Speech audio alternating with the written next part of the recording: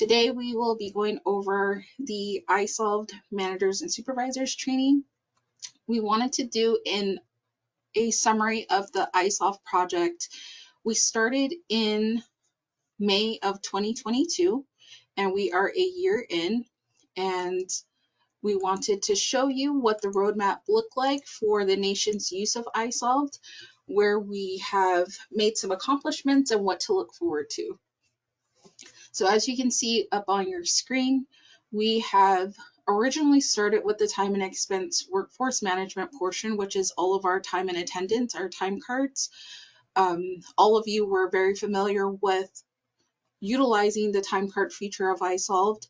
Our HR and accounting team has really worked hard to focus on implementing the full-blown payroll and HR and benefits portion of iSolved. So we have fully implemented all three of these areas, and we're slowly rolling out features to all of you, and that's what this training will be focused on today.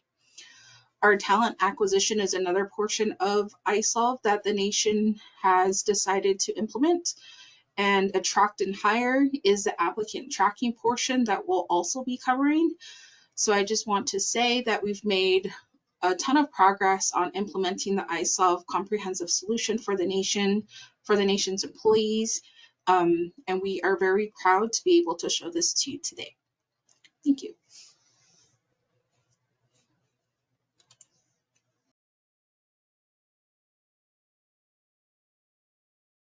Prior employees were utilizing this employee personal change form. It's called the HR 220 to submit notices of changes such as their first name, their last name, their mailing address, their marital status, and their emergency contacts. And all of this information is important to be shared with human resources as it affects some of your benefits as well. So for instance, if you have a name change, we do need to have the correct name for your pay stubs and your W-2 forms. Same for your addresses, having a correct address to send your benefit cards as well as your W-2 forms, and then your marital status, which does affect some of your benefits, such as your 401k and your life insurance. So this form was used to be submitted and then reviewed and approved, and then updates made within our system. But now employees have the availability to go into iSolved and make these direct changes. And we're just going to go through the areas that we have here. So the first one is the employee summary. And it's just your personal information. You can see it here, your address. You want to make sure all of this information is correct. And then anywhere that you see the little I symbol, you can click on that and it'll show the information. Your employment information, your status, your hire date, job information. This is just a fake profile, but if you had a job title, it would be listed here, your length of service, effective date, and so forth. Your pay information, again, you can see that information by clicking on the little I symbol. Tax information is also listed here, and your managerial assignments within your organization just shows your chain of command and who has access to see this information. You move on to contact information. Here again, employees have the availability to make updates to this. Once you make a change and you hit save, a notice would be sent to human resources to review and approve that change, as well as a notice to you stating that the change is pending and once it's approved. Please be aware that any changes that are made, human resources does review for accuracy, and in some events it may require additional information or contact will be made with you. There we go. We also have access to update your emergency contacts.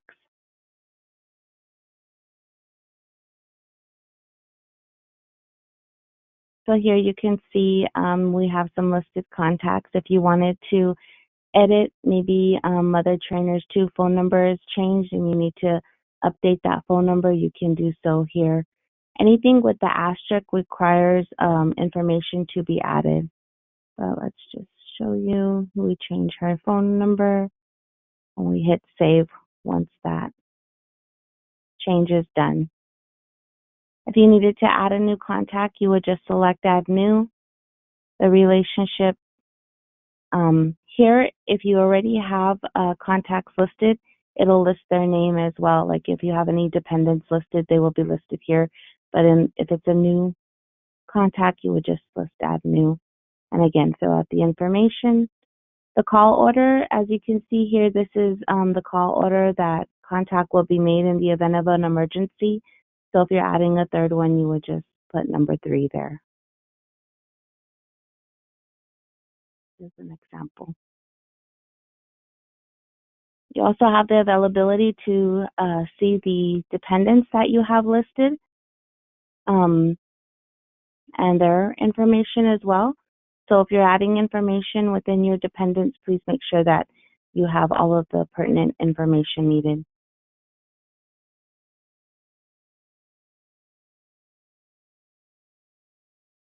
Also, too, you can make updates to your beneficiaries for both life insurance and 401k. So here, again, just making sure you have all the necessary information when adding individuals as beneficiaries. Now, in the event if you were to have a life event, you would use this tool here to make any changes.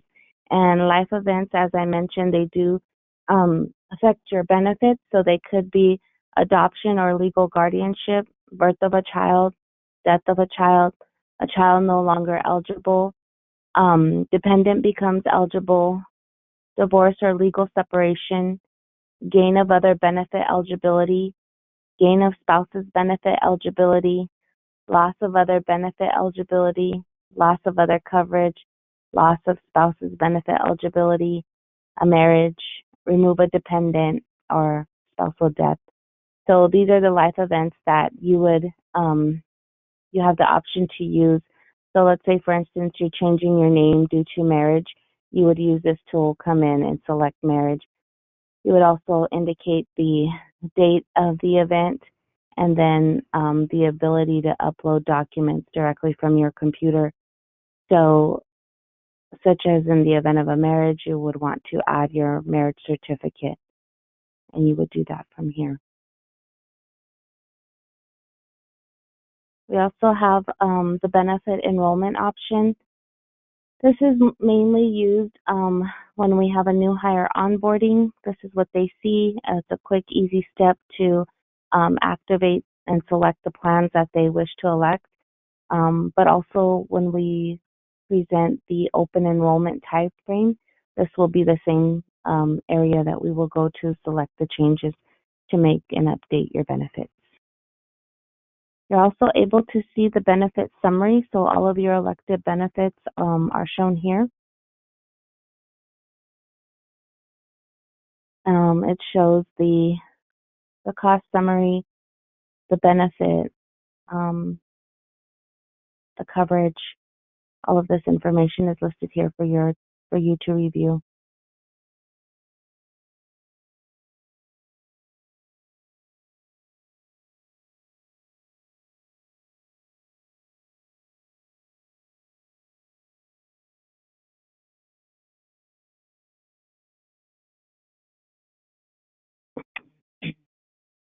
Under benefit updates, it does give you the option to update your beneficiaries or update your deferred comp, such as in your 401k or your life insurance. But for instance, let's just say we want to make a change to the amount that's being deducted from our 401k.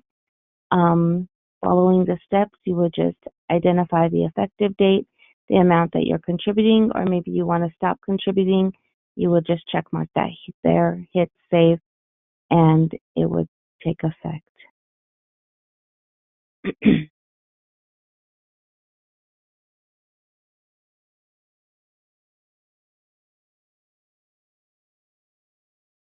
In your benefit plan details, it just shows all of the current elections that you have, and then it also gives additional documentation if you wanted to review the full coverage that's listed and the benefits that's included. So you can click on all of these links here to review them.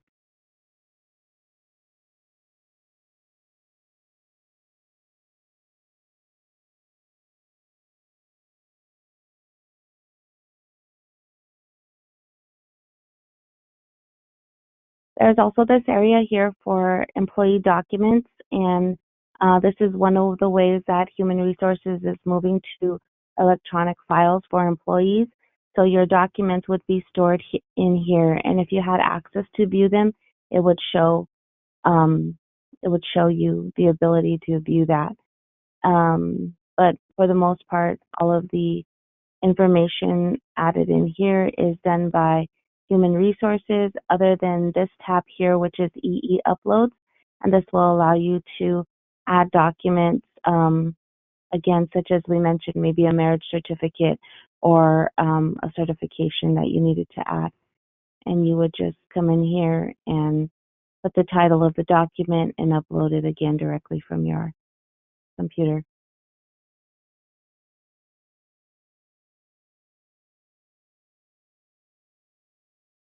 Pay history is also another great feature that we have here. Since we started processing payroll using iSolved as of January 2023, you'll be able to see any check history that you had in here starting January 2023. So all of your check dates would be listed here, and you will be able to view and print your own pay stubs.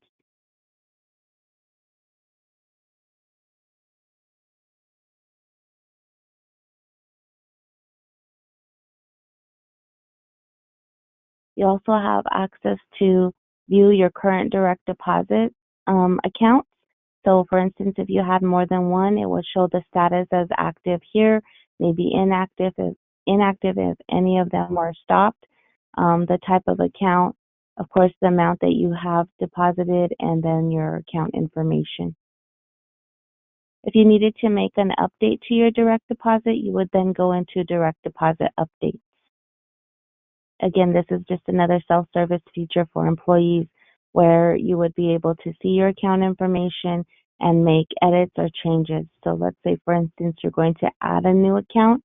You're going to put the status as active, the account type, maybe it's a checking, the sequence. If you had more than one, you would just enter the sequence order. So the deposit order from 1 to however many accounts you have. The frequency remains as every pay.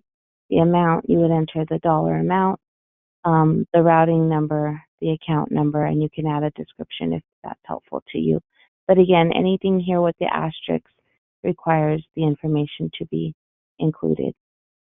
If you already had an account listed here and you needed to change it to inactive, you would select the edit button and inactivate it.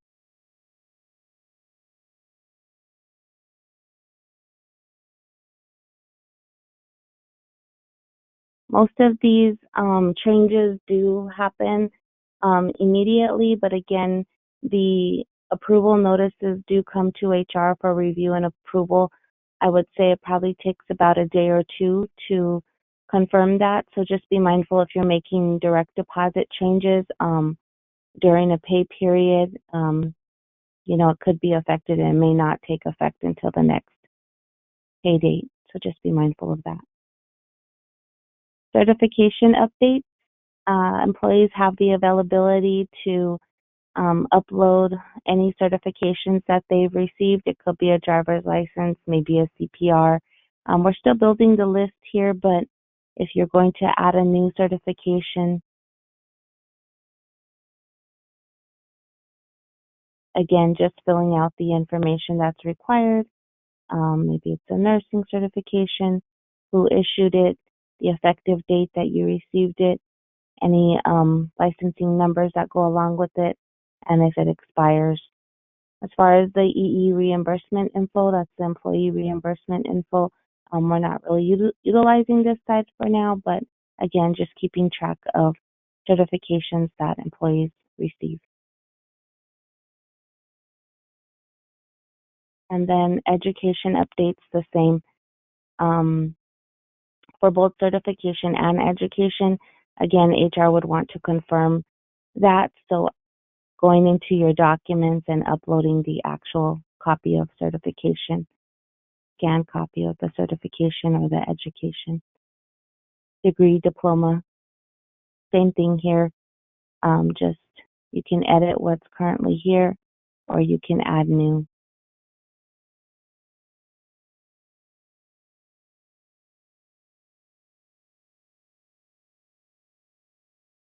Selecting the education, the school, the degree, your major, your minor, GPA, graduated, yes or no, completed date.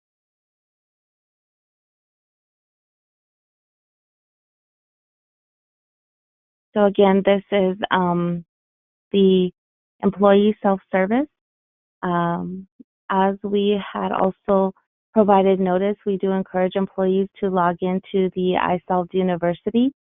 That's a great tool that'll help you maneuver through all of these different functions and assist you, if you needed to add something. But your HR specialist is also available to assist you in that review as well.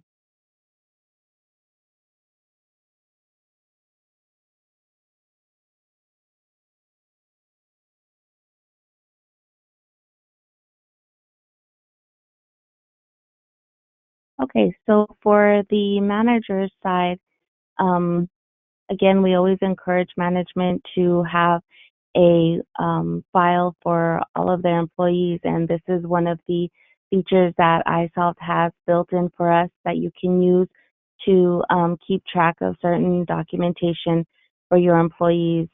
Again, of course, we're already using the time and attendance, but you would come in here to your manager view and you would select employee self-service.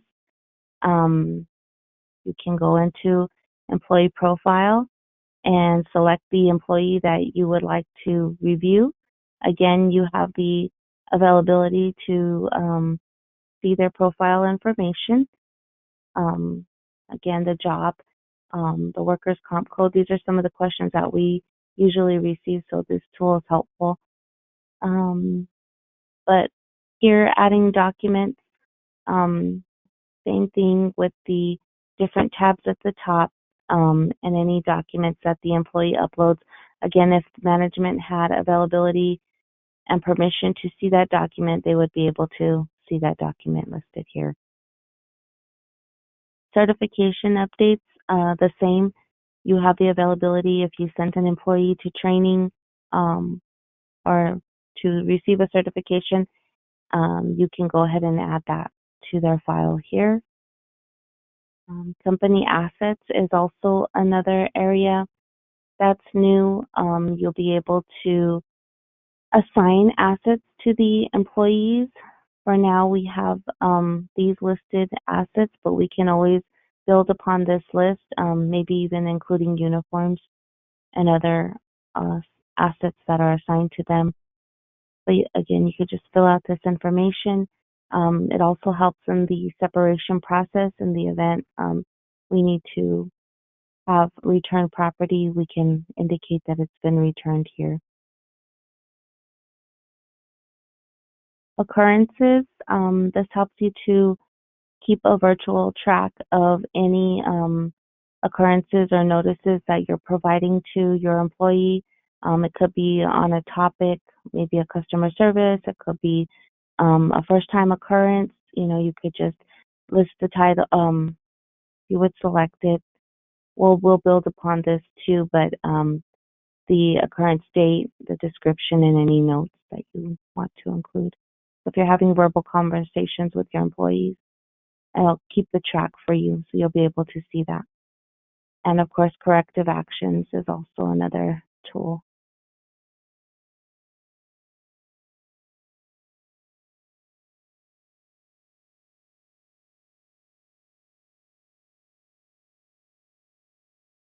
So here under corrective actions, you are actually able to indicate the occurrence, the action that was taken. Maybe it was a verbal, written warning, so forth, the date, and then any note.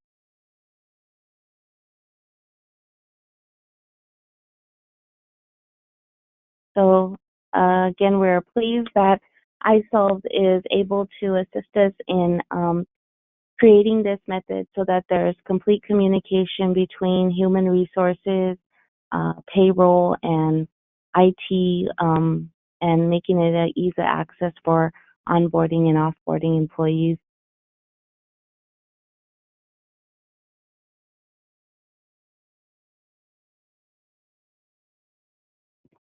Okay, so moving into the iSolved application tracking system.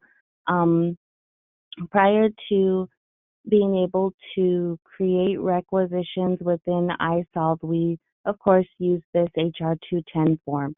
So we're replacing the 210 form with the title of requisition, and everything that is listed here in the 210 form has been created and developed into the actual iSolved system. So when you log into iSolved, you'll be able to see the information here, which is your applicants and your jobs. Um, in the jobs tab, you would want to select requisitions. And when you do that, it'll pop up these additional tabs here that are the same. You may not see all these tabs, but again, you're mainly looking at the requisitions and the job listings as a hiring manager. So in requisitions, for your positions, you will be able to see the job title, the date that it was initiated, who initiated the requisition, and the current status, if it's approved or pending or in process, and then of course the requisition ID number. So these are the new sequence of numbers that we're using prior to the HR 210 numbers, or instead of the HR 210 numbers. My apologies. So to create a requisition, you're going to go into the right side of the screen here where it says New Job Requisition. You would select that, and then it's going to ask you for a job template. And the job template is simply the job title. So whichever job title that you're looking for, it is already built into the system here. So if you do not find your job title, you could always contact your HR specialist. But for the most part, they are all here. And then you're going to select the requisition form. So for the requisition form, it's either going to be a cost shared funded position, or it could be a grant funded position. It could be a healthcare 210 or a tribal funded position. So with the accounting clerk, I'm just going to go ahead and select the tribal. For the number of positions, you'll always put one. For the department, if you select that, it'll show you the areas. So you'll just select your department. And then here in the job description, you can review this. Again, this is how it shows to the job boards, but basically just showing the minimum qualifications, the full job descriptions there. So again, as I mentioned, just everything that was on the 210 form has now been developed into this form here. So you're going to fill it out the same that you would, starting with the position control number, the date the form was initiated. I'll just select this. Your workers' comp code description,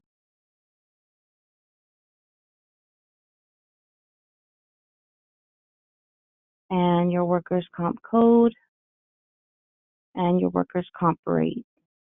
So all of this information, again, is sent to you by Human Resources. If you ever have any questions about it, you can always give us a call. But it's also within your budget. So the career ladder, just identifying if the position has a career ladder, yes or no. If it did have a career ladder, you would just have the understanding that individuals with less than the minimum qualifications will be considered as an applicant. Does the position funding reflect the career ladder full level? If it was a career ladder, then normally yes. The program, you would indicate your program. The job site, where is the job located? Is it Sells, Tucson, Sanavir? Just the location, you would enter that there.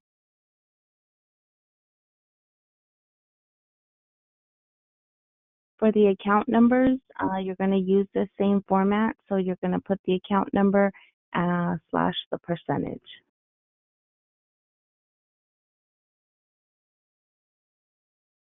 And then your grade and step for the position, the exempt status, is it a exempt or non-exempt? And then your hourly and annual rates. And I'll just put this in here as an example. And then your budget, authority, end date. Again, just be mindful if you're using the grant funded 210, what the budget authority end date is for that grant. Your position information, is the Tonatom language required, yes or no? Does the position require driving, yes or no? The position type, is it an existing position or a new position? If it's an existing position, you do want to include the prior incumbent's first and last name, the separation date, what date did they leave, and the position is full-time, occasional, or part-time.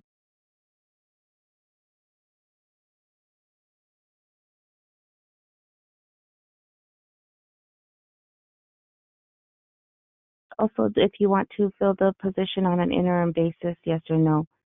Please be mindful that you can fill the position interim and still advertise the position while it's being filled. So for instance, if you wanted to put a detail but also advertise for 10 days, that's fine.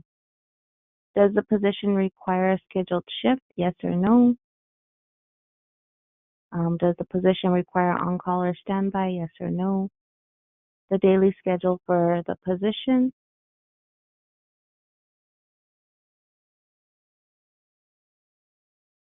So here you just really want to make sure that as you're going through and filling out the form that you fill it out completely, because all of the information that you include in here does get transferred into the actual advertisement. So when it goes out into Indeed or some of the other job boards, they're going to pick up that it's a daily schedule of 8 to 5, and people will be able to search that when they're searching for their job hunting. The days of the week, you would just indicate those.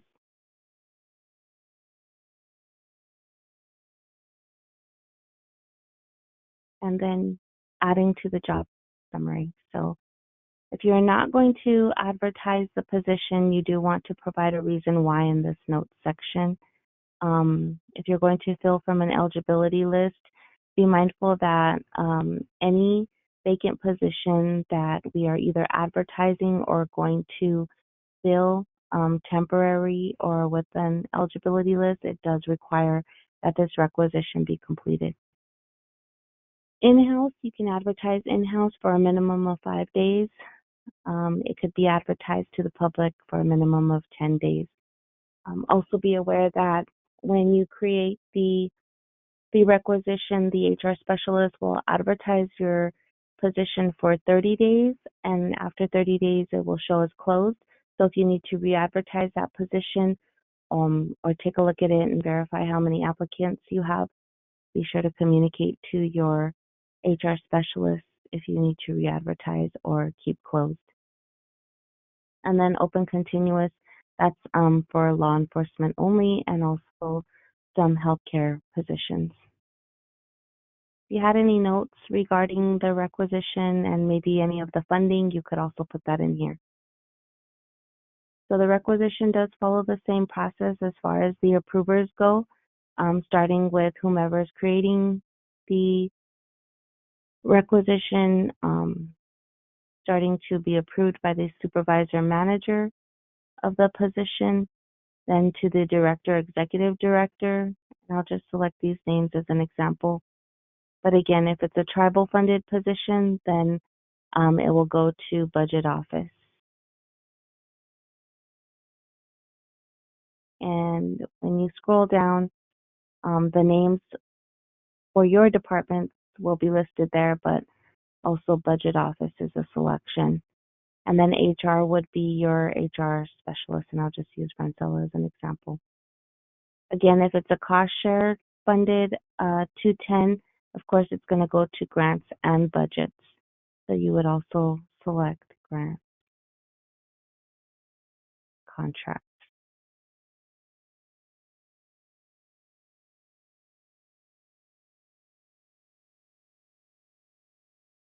And then you would save and begin process. It does tell me that I have some errors, so let's go ahead and look at those.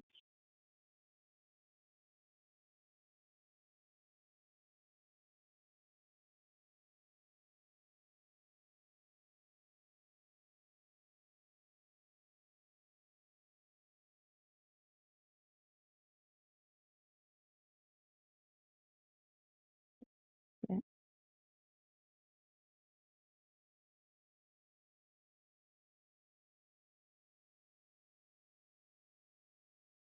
Oh, there's a position funding, so it has a red X here, and I'm just going to put no because it's not career ladder.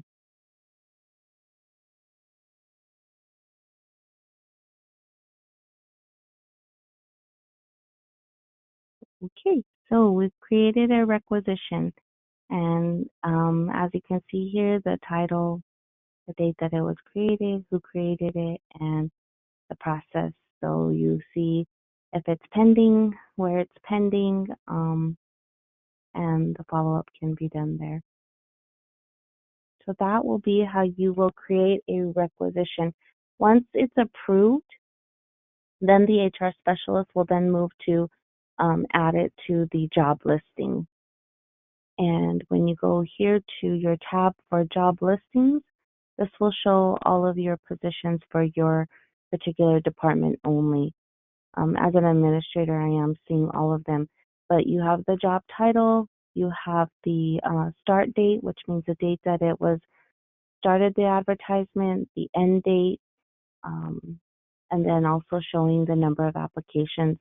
Just be mindful that although it shows a number of applications, and when you go in to view that application here, and you're selecting view applicants, if nothing shows up, it could be that the applicant did not qualify, meaning they did not meet the basic qualifying questions, or their application, they didn't complete it, so they may have started it and not completed it.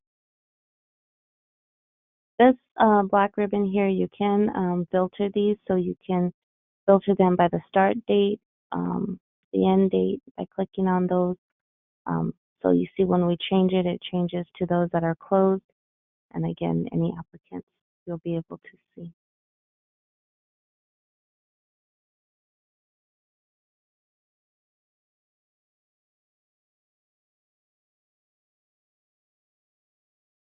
I'll just move over to the website so you see what the applicant sees when they go to apply.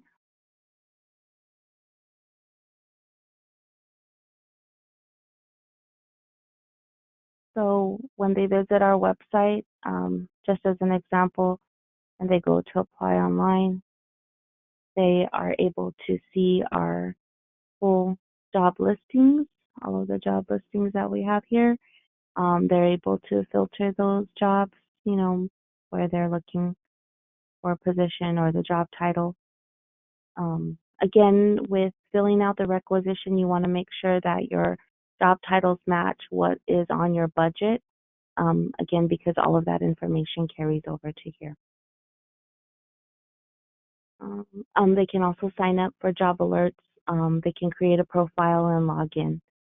But just so you see here, this was the accounting clerk position. You have the location, the hourly rate, some benefits information, and then again your job description.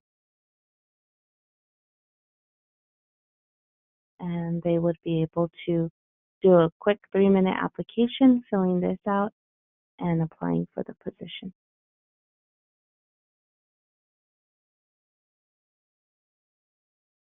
So then once they applied, we go into the applicants, and you can view all applicants. You can view applicants by job.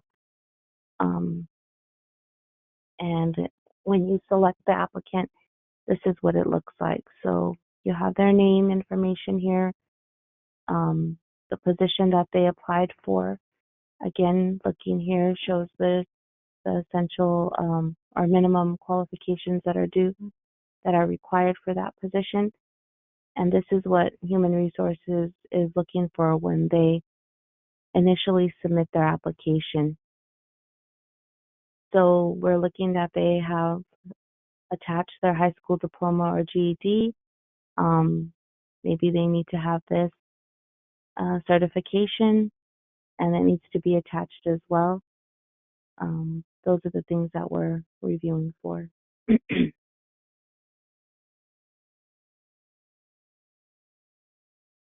But in here, on this tab, you can see a summary, and it's pretty much everything as far as their employment history, their education, their attached documents, references if any were listed, job questions, again, the basic qualifying questions, and how they answered those, and additional questions as well. But if you wanted to view it one by one, you would just click on each of the tabs, and it takes you right to that particular information. The neat thing about here, when they attach a document, you have the availability to preview it. So if this was their resume, you would have a quick preview.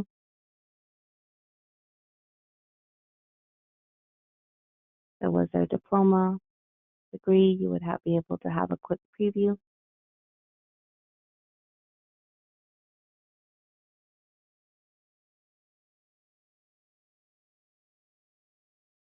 Again, references if they had any, and additional questions answered. So when you're looking at this, you do want to pay close attention to the statuses. As you can see here, it says application status in the review phase, and this app is currently incomplete. Again, HR is ensuring that they've submitted all of their documentation to be qualified for that position and the review. So that's the initial step that we have.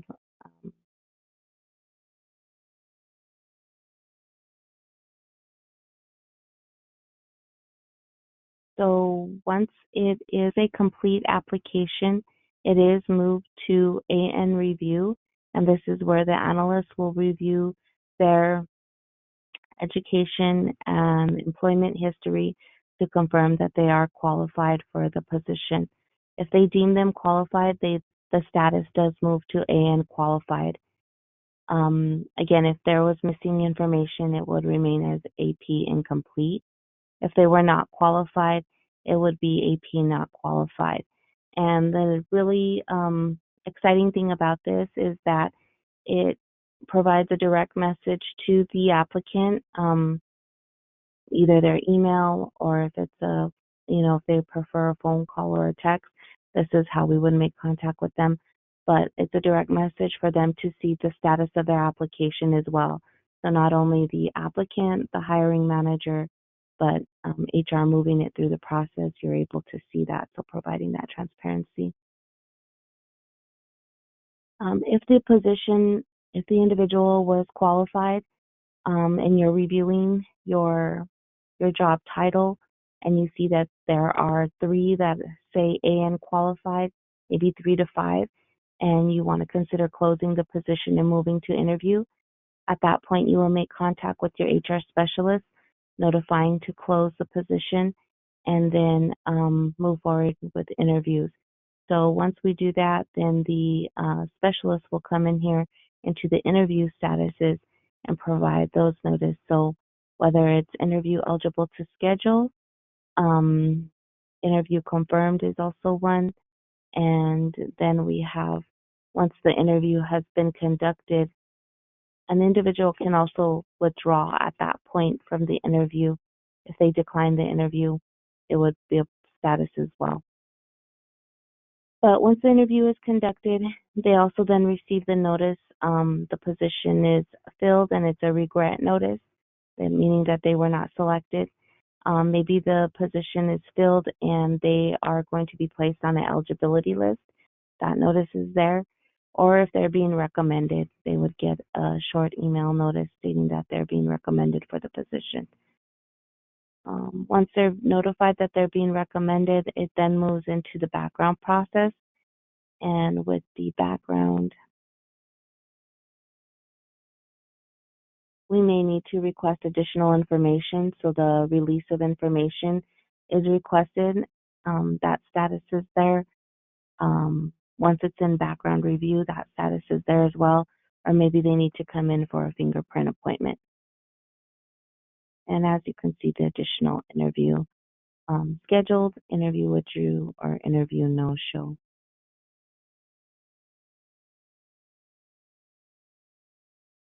Once the background is complete, we then move to notify the department, hiring manager, and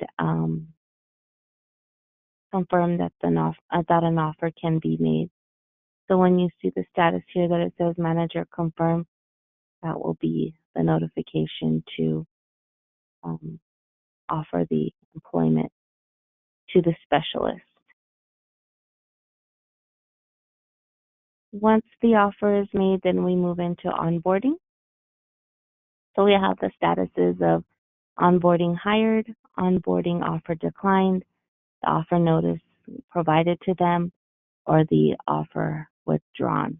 So they may have withdrawn the offer for whatever reason, or the applicant candidate may have declined the offer. So those are the statuses that we have here. And again, you'll be able to see the status of the application. And if you had any questions, you could make contact with your HR specialist to review as well. The other nice thing about this is that iSolved applicant tracking system does merge into the iSolved payroll and HR management side. So we're looking forward to moving into that section where once an application is or candidate is hired, we would be onboarding them, and then their information would be rolled into the payroll processing side, which will cut down on the timelines to get them accessed into the system, and the ability to punch, all of those things that usually happen afterwards. So we're excited about that. Look forward to moving on. And again, just providing the transparency to you as hiring managers, and the ability to see the status of your vacancies, your 210s your requisitions that you've created, and the status of those positions as well at a glance. So that is application tracking system.